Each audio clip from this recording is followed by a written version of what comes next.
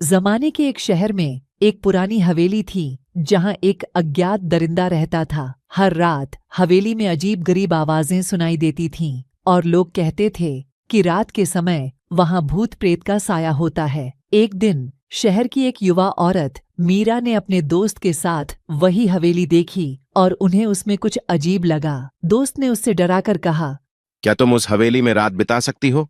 मीरा ने दोस्त का मजाक उड़ाया और रात को हवेली के दरवाजे पर खड़ी हो गई। अंधेरे में मीरा ने महसूस किया कि हवेली की दीवारों से आवाजें आ रही हैं, जैसे कोई चुपके से उन्हें देख रहा हो। थोड़ी देर बाद एक छाया ने मीरा के सामने आकर खड़ी हो गई। छाया का चेहरा देखकर मीरा कांप गई, लेकिन उसने अपने आप को संभाला और पूछा, कौन हो तुम?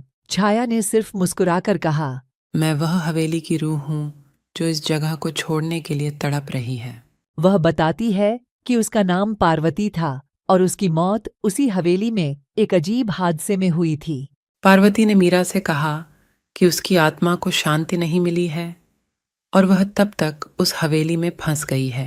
मीरा ने पार्वती की कहानी सुनी और उससे वादा किया कि वह उसकी शांति के लिए कुछ करेगी। मीरा ने उसी रात हवेली में ध्यान लगाया और पार्वती की आत्मा को शांति मिलने में मदद की। उस रात के बाद हवेली में अजीब गरीब आवाजें बंद हो गईं और लोग कहते हैं कि वहां अब कोई भूत प्रेत नहीं रहता।